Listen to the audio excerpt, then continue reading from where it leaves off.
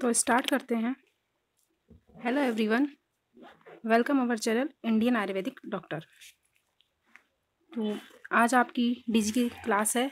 आज से आपकी रेगुलर क्लास स्टार्ट हुई है और आपके जैसा कि आप सभी को पता है, डीजी आपका सेकेंड ईयर का सब्जेक्ट है।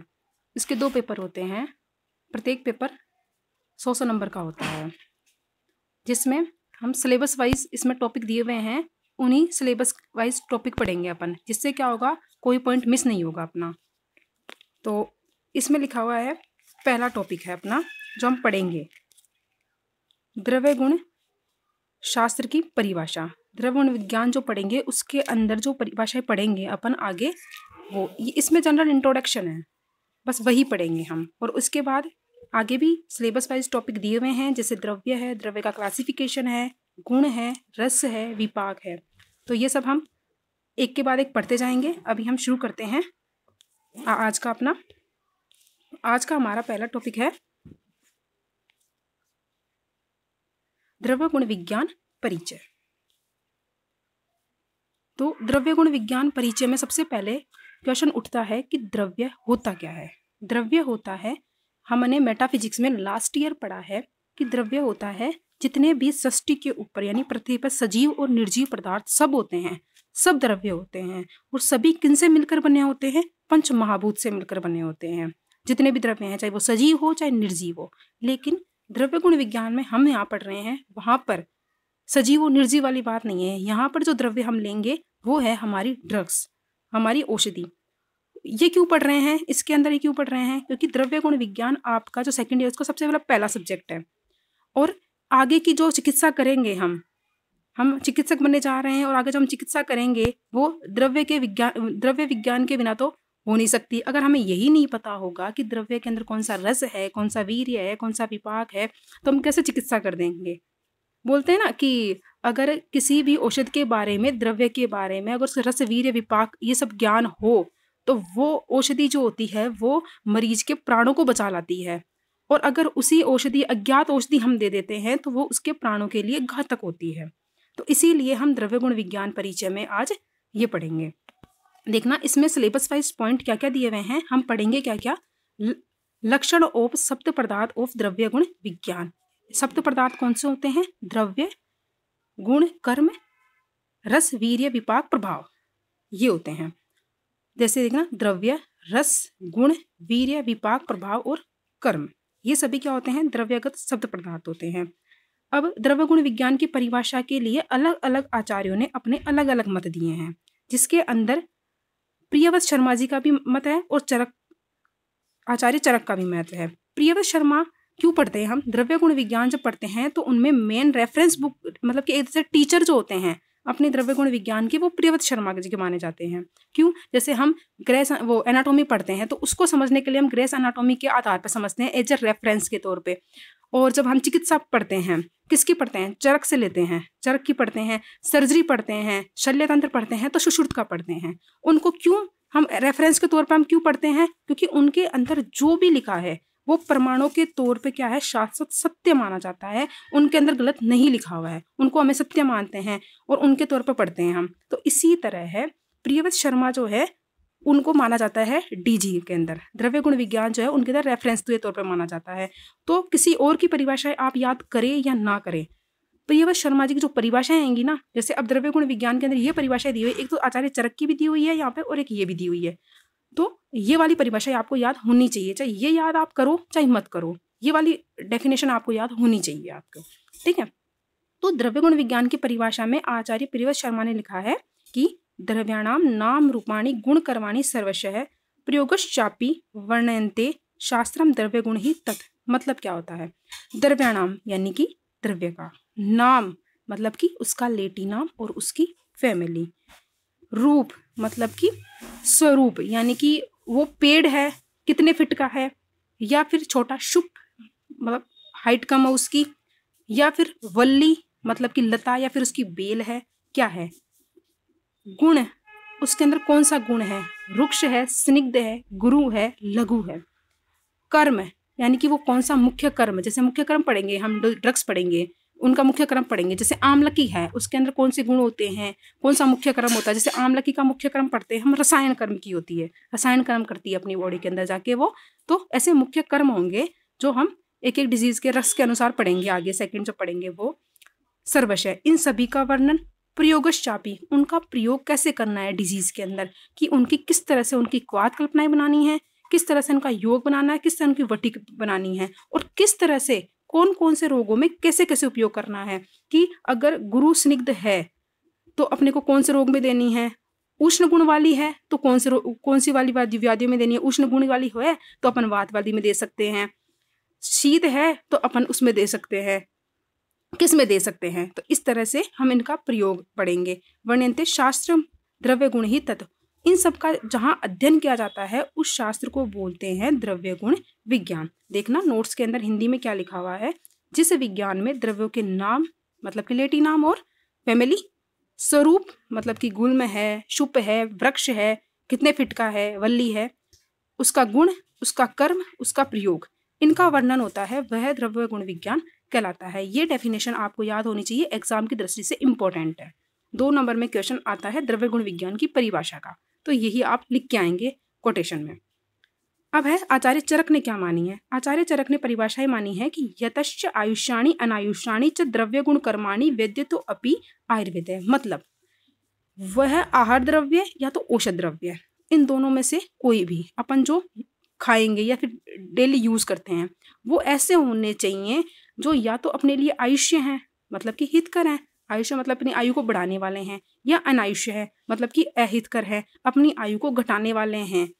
तो आयुष्य या अनायुष्य, वो आहार द्रव्य या औषध द्रव्य जो अपने आयु के लिए हितकर है या अहितकर है, उनके गुण और कर्म, इनका जहाँ अध्ययन किया जाता है उसे बोलते हैं हम आयुर्वेद के अंदर चरक के अकॉर्डिंग परिभाषा दी गई है द्रव्य गुण विज्ञान की। देखना हिंदी के अंदर द्रव्य गुण विज्ञान में आयुष्य और अनायुष्य, आहार द्रव्य और औषध द्रव्य के गुणकर्म का अध्ययन किया जाता है, इसलिए यह आयुर्वेद है, इसलिए इसे बोलते हैं आयुर्वेद में द्रव्य गुण विज्ञान। समझ गए ना, आयुष्य आयुष्य मतलब कि हितकर और अहितकर। नेक्स्ट है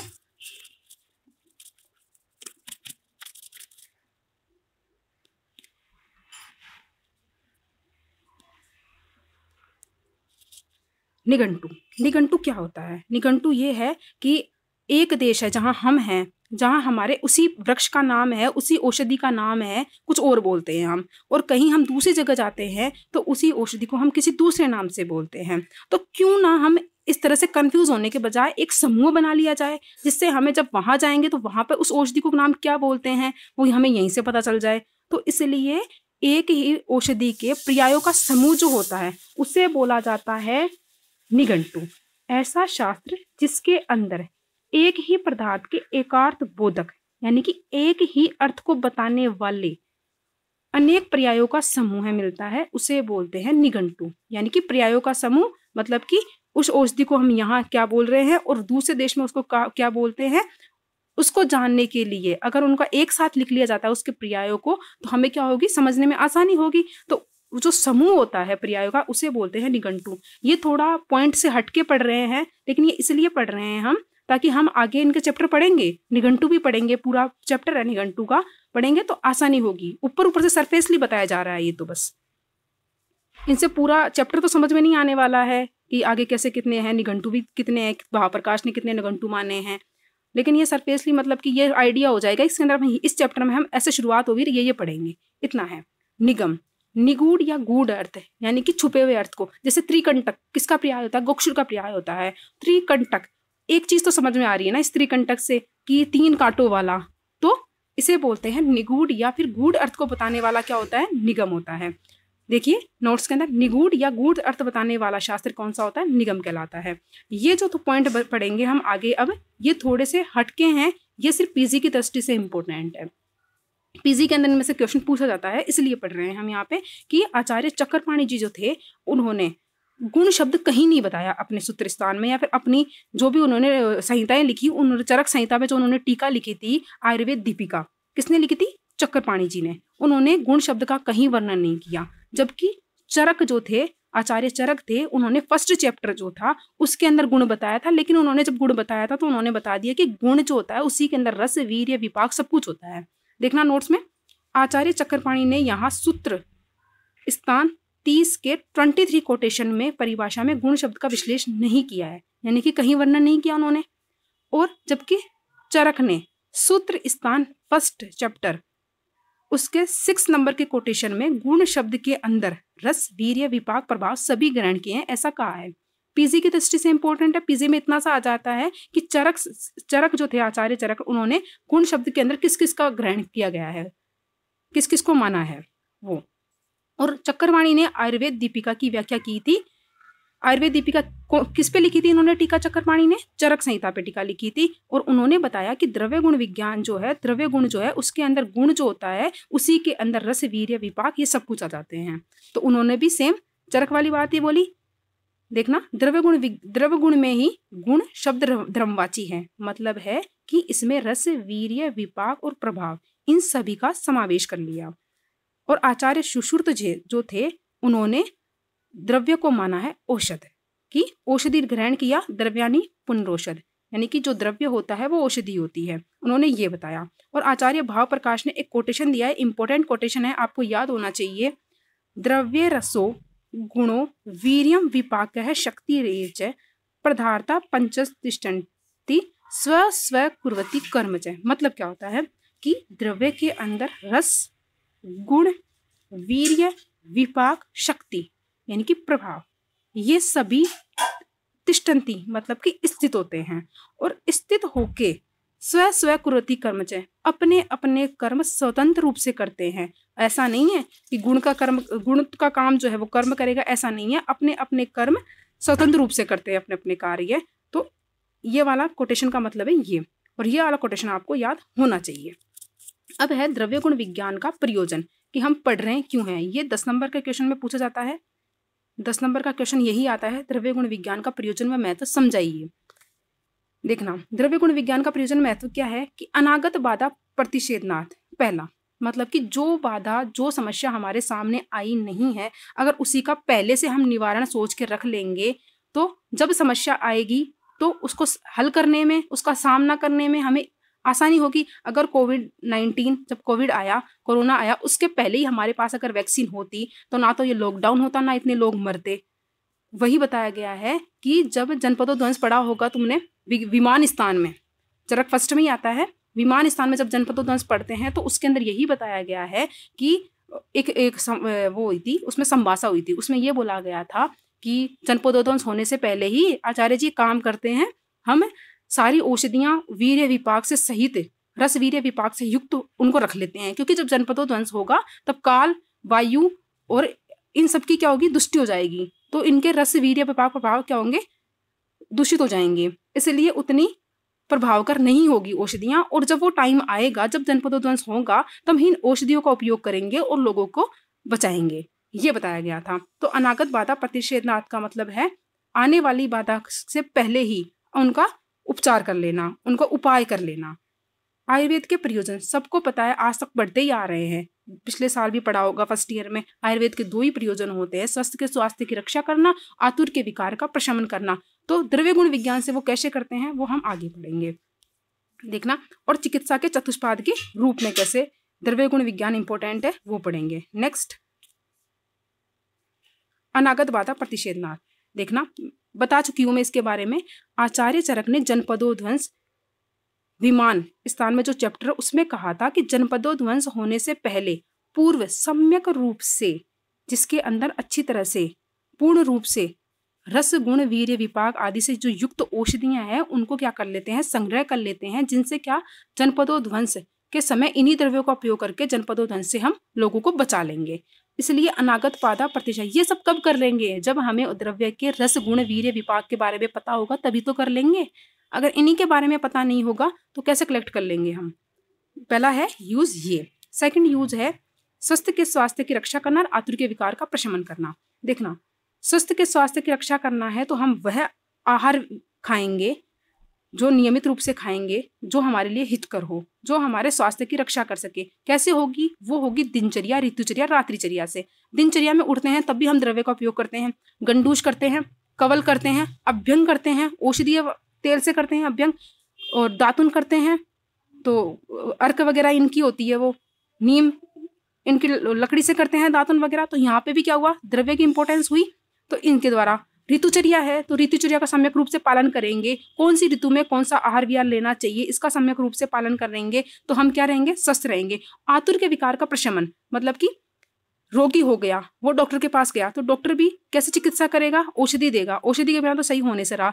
औषधि अभी कब दे देगा? जब उसे खुद को उसके बारे में पता होगा कि इसको डिजीज क्या हुई है और मैं ऐसी चिकित्सा, ऐसी औषधि दूं जो इसकी डिजीज को सही कर सके। तो औषधि कब दे देगा वो? जब उसको उस औषधि के बारे में पता होगा। देखना,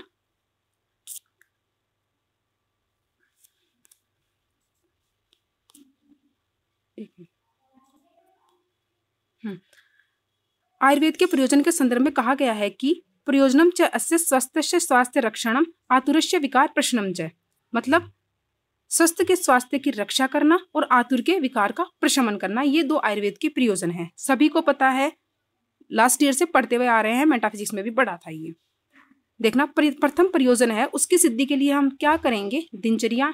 सुबह उठते हैं, दिनचर्या का पालन करते हैं, तो दिनचर्या, रात्रिचर्या, ऋतुचर्या, ऋतु के अकॉर्डिंग सम्यक आहार विहार, ऋतुचर्या, इन सभी का सम्यक रूप से उपयोग करके हम स्वस्थ के स्वास्थ्य का रक्षण कर सकते हैं। स्वस्थ के स्वास्थ्य को तो हमने बचा लिया, अब आतुर का स्वास्थ्य सही करना है। तो सबसे पहले तो है कि रोग होते क्यों हैं? रोग होते हैं हमारे शरीर के अंदर, दोष जो होते हैं वो विषम अवस्था में चले जाते हैं तो रोग हो जाते हैं। तो उनको सही करने के लिए क्या होता है? सर्वदा सर्वभावनाम सामान्य वर्दी कारणम हास हेतु विशेषज्ञ, मतलब कि जो बढ़ा हुआ है उसको कम कर दो और जो कम है उसको बढ़ा दो। इन दो बैलेंस कर देंगे तो साम्य अवस्था में आ जाएंगे। साम्य अवस्था में आ जाएंगे तो क्या होगा? शमन हो जाएगा। और जो गुण है उन औषधियों में होते हैं ना, वही हमारे शरीर में होते हैं। तो उन गुणों वाली युक्त वाली औषधियां हम खाएंगे, सेवन करेंगे, तो जो बढ़े हुए गुण हैं वो तो क्या होंगे? कम हो जाएंगे, और जो कम है, जो क्षय की अवस्था में गए हुए हैं, वो क्या होंगे? बढ़ जाएंगे और बैलेंस स्टेज आ जाएगी। उससे क्या होंगे? सही हो जाएंगे हम। तो देखना, शरीर में जठराग्नि व अन्य अग्नियों के द्वारा चय और अपचय निरंतर होता रहता है। मेटाबॉलिक रिएक्शन चलती रहती है हमारे शरीर के अंदर। सर्वदा सर्वभावनाम सामान्य वर्दी कारणम हास हेतु विशेषज्ञ के सिद्धांत के अनुसार षड रस, 6 रस युक्त कि वातस विकार हो रहा है अपने अंदर, तो उसे कौन सा रस देंगे? मधुर अम्ल लवण दे दिया। पित्तज विकार है तो कौन सा रस देंगे? इन सब का ज्ञान होगा। विंशति गुण, गुरुवादी गुण, परादी गुण, इन दोनों की चिकित्सा में इंपॉर्टेंस होती है। गुरुवादी गुण 20 होते हैं, परादी गुण 10 होते हैं। लेकिन द्रव्य के अंदर कौन से गुण होते हैं? गुरुवादी होते हैं। और परादी गुण वैसे सहायक होते हैं चिकित्सा के अंदर। तो गुरुवादी गुणों का अगर नॉलेज होगा कि वातज व्याधि हो रही है तो अपन उष्ण औषधियां देंगे या उष्ण आहार देंगे तो वो सही हो जाएगा। और कफज है तो अपन उष्ण देंगे तो वो सही हो जाएगा, कफ को काटने वाली।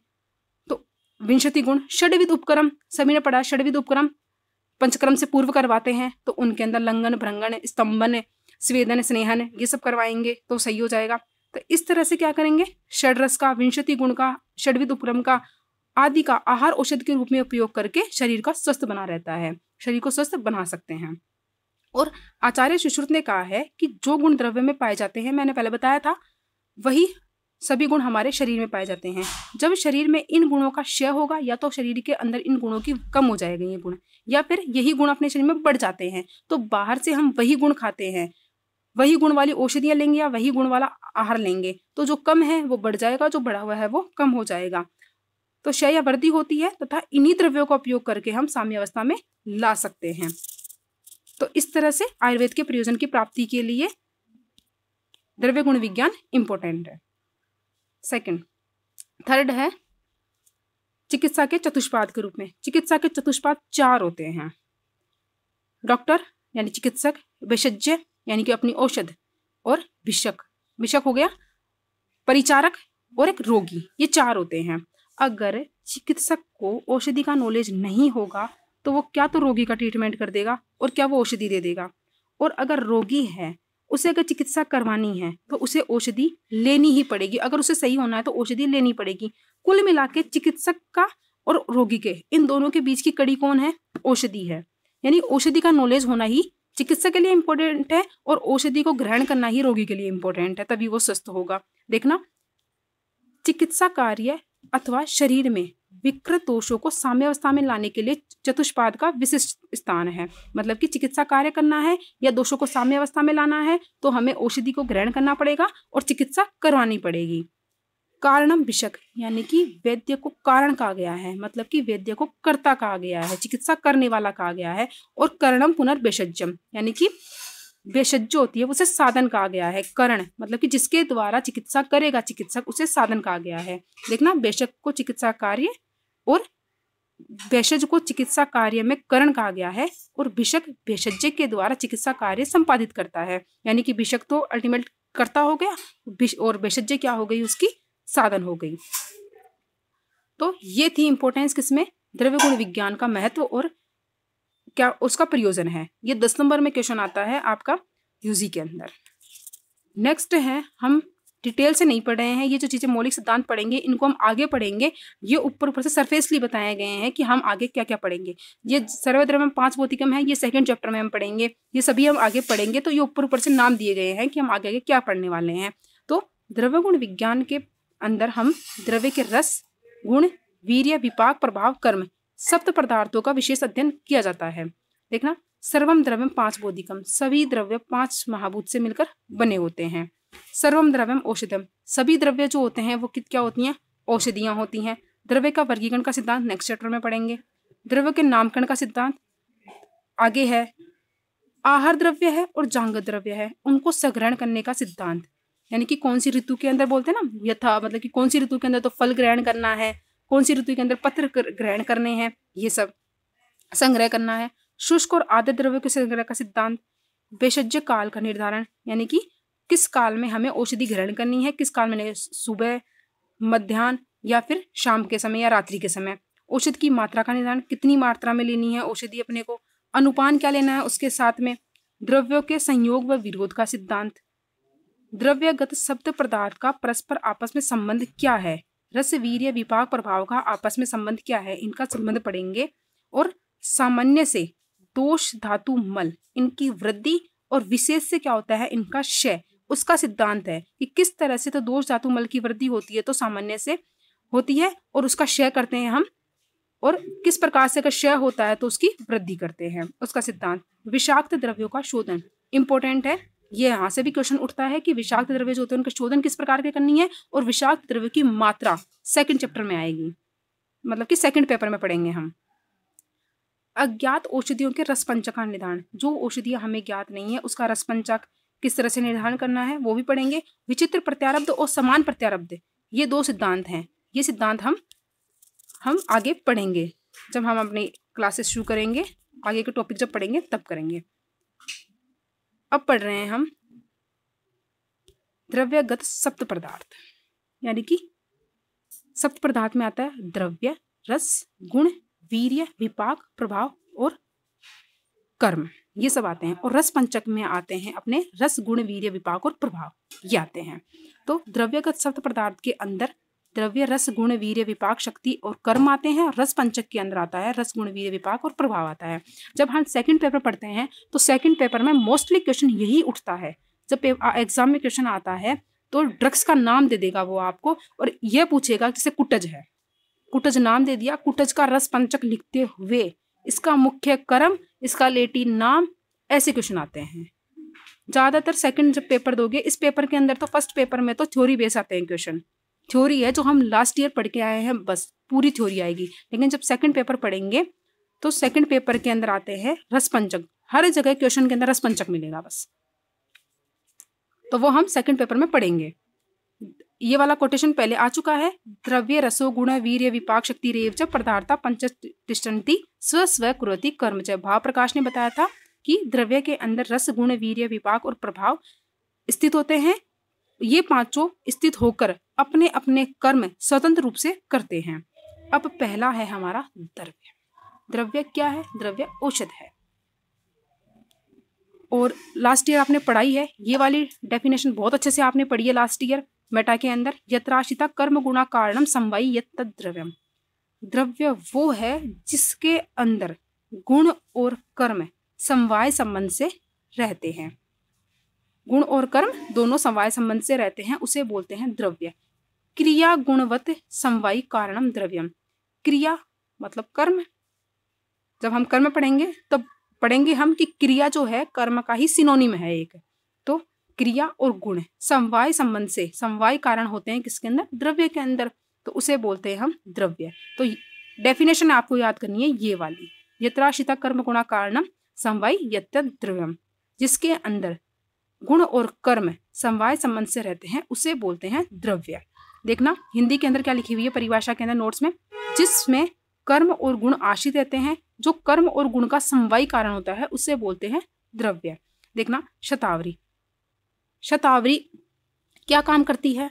चक्षुष्य होती है, प्रजा स्थापन करती है, व्यय स्थापन करती है, ये सब काम करती है। और इसके अंदर गुण क्या होता है? स्निग्ध होती है ये। और आम्लकी है, कौन सा कर्म करती है? रसायन कर्म करती है। कौन से गुण के कारण करती है? उसके गुरु और स्निग्ध गुण के कारण करती है।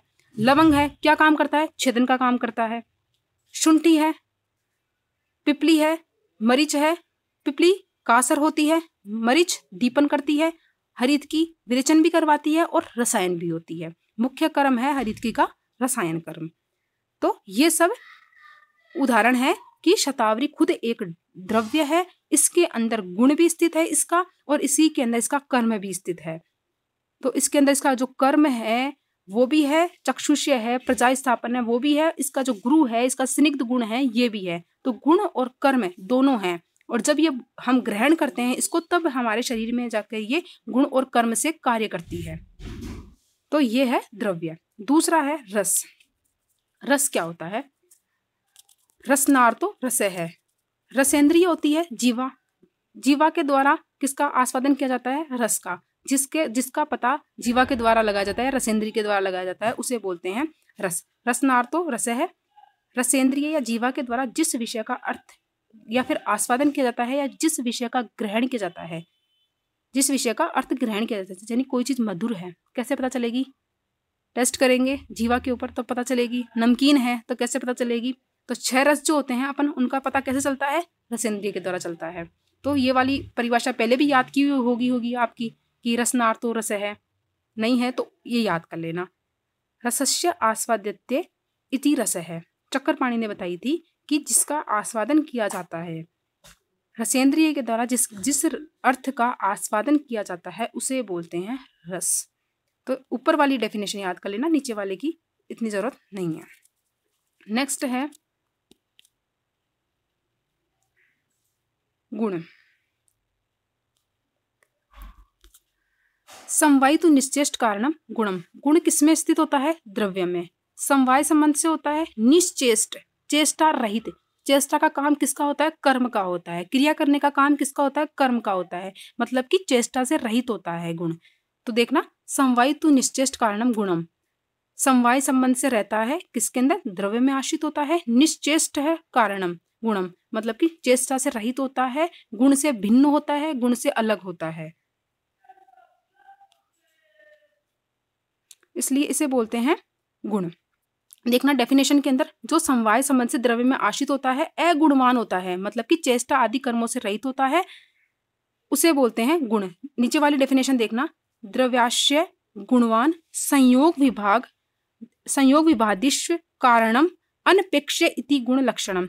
द्रव्य के अंदर आश्रित रहता है और संयोग और विभाग में कारण नहीं होता है, संयोग और विभाग से रहित होता है। क्योंकि संयोग और विभाग किसके कर्म होते हैं? किससे होते हैं? कर्म से होते हैं। क्योंकि दो चीजों को मिलाने के लिए, दो चीजों को अलग करने के लिए कर्म की आवश्यकता होती है, गुण की आवश्यकता नहीं होती है। इसलिए संयोग और विभाग में कारण गुण नहीं होता है, कर्म होता है। कंफ्यूज मत होना यहाँ पे, ठीक है? तो ऊपर वाली डेफिनेशन याद कर लेना आप सभी। देखना नोट्स के अंदर, संयोग और विभाग आदि से रहित होता है, कार्य के प्रति असमवाय कारण होता है, तथा अपने समान गुणांतर में की उत्पत्ति में कारण होता है, उसे बोलते हैं गुण। नेक्स्ट है वीर्य, यानी कि पोटेंसी। येन कुर्वति तद वीर्यम। जिस शक्ति के द्वारा जो अपद्रव्य है जिससे अपने शरीर में अंदर जाके क्रिया करता है, जिस शक्ति से जाके क्रिया कर, क्रिया तो वो कर्म के कारण कर रहा है, लेकिन जिसके कारण वो क्रिया कर रहा है उसे बोलते हैं वीर्य। येन कुर्वती तदकर्म, मतलब कि जिस शक्ति विशेष से द्रव्य अपनी क्रिया को संपादित करता है उसे बोलते हैं वीर्य। रस विपाक प्रभावातिरिक्त प्रभूत कार्यकारिणी गुणे वीर्यम इति संज्ञा। रस विपाक प्रभावातिरिक्त प्रभुत कार्यकारिणी गुणे वीर्य इति संज्ञा, मतलब रस विपाक वीर्य वो प्रभाव, इनके अतिरिक्त अधिक कार्यकारी गुण है, मतलब कि इन सब के अतिरिक्त भी जिस कार्यकारी गुण के कारण वो अंदर जाके अपने शरीर में जाके कर्म करता है, क्रियाएं करता है, उसे बोलते हैं वीर्य। रस विपाक प्रभाव के अतिरिक्त जो अधिक कार्यकारी गुण है उसे वीर्य कहते हैं। अब है विपाक। जाठरा आग्निना योग्याद युद्ध देती रसांतरम रसानाम परिणाम अंते सविपाक इति स्मृत है, मतलब कि जठराग्नि के पाचन के अनंतर, यानी जब शरीर के अंदर कोई ड्रग्स गई उसके ऊपर जठराग्नि की क्रिया हो गई, उसके पाचन के उपरांत जो अंतिम परिणाम होता है उसे बोलते हैं विपाक। शरीर में अंदर जाने के बाद होता है विपाक, पहले नहीं होता है। तो जठराग्नि की क्रिया के उपरांत जो अंतिम परिणति होती है आहार की या फिर औषधि की, उसे बोलते हैं विपाक। ये डेफिनेशन आपको याद होनी चाहिए। नेक्स्ट,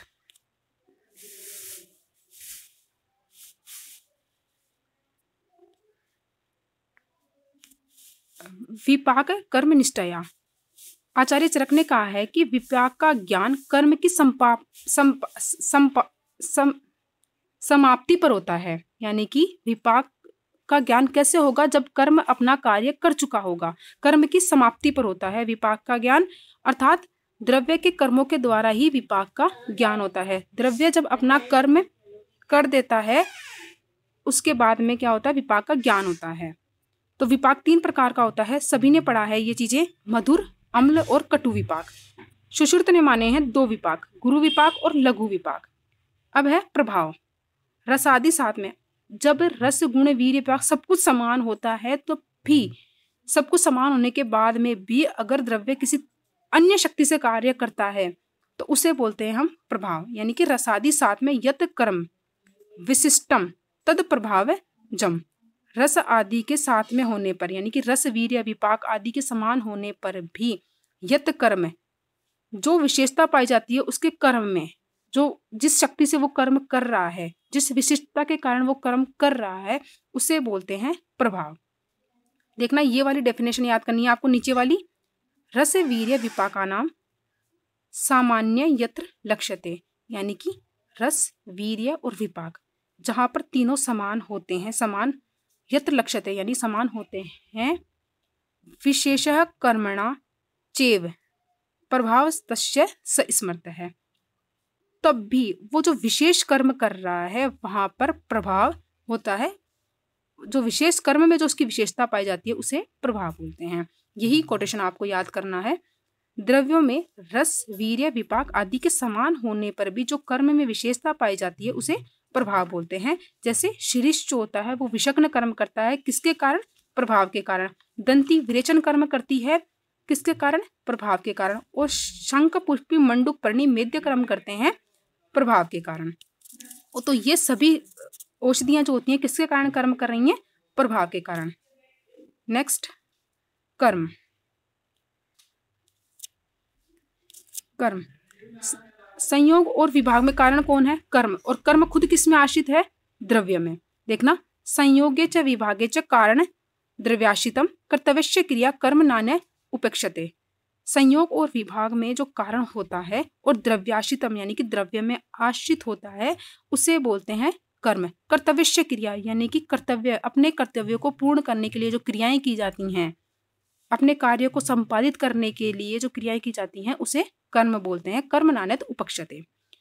देखना, हिंदी में नोट्स में क्या लिखा हुआ है, जो संयोग और विभाग में स्वतंत्र कारण होता है, साधन नहीं होता है संयोग विभाग में, स्वतंत्र कारण होता है खुद, क्योंकि कर्म के बिना दो वस्तुओं का ना तो आपस में संयोग हो सकता है, न ही दो वस्तुओं का आपस में विभाग हो सकता है। किसी भी पन्ने को फाड़ने के लिए या फिर जोड़ने के लिए क्या होता है, कर्म करना पड़ता है, और कर्तव्य को पूरा करने के लिए भी कर्म करना होता है। इसलिए संयोग और विभागे च कारणम द्रव्याश्रितम कर्तव्यस्य क्रिया कर्म नानिर्वृत्ते। संयोग और विभाग में स्वतंत्र कारण होता है और द्रव्य में आश्रित होता है, उसे बोलते हैं कर्म। यत् कुर्वति तत्कर्म, जो किया जाता है, जो कार्य किया जाता है उसे कर्म बोलते हैं। जिस प्रकार से सृष्टि में यावन मात्र कर्म संयोग और विभाग के होते हैं, उसी प्रकार द्रव्य के अंदर भी द्रव्य जाके शरीर के अंदर दोष धातु मल अग्नि स्रोतस इनके ऊपर कार्य करता है और संयोग और विभाग के रूप में क्रियाएं होती हैं, उसे इसलिए वह कर्म होता है। जो भी ड्रग्स हम ग्रहण करते हैं वो हमारी बॉडी में जाती है और बॉडी में अंदर जाके दोष धातु मल स्रोतस अग्नि इन सब पे क्रियाएं करती है। कौन सी क्रियाएं करती हैं? संयोग और विभाग वाली क्रियाएं करती हैं, और उसी को बोलते हैं हम कर्म। तो आज के लिए इतना ही, बाकी पढ़ते हैं हम नेक्स्ट क्लास में।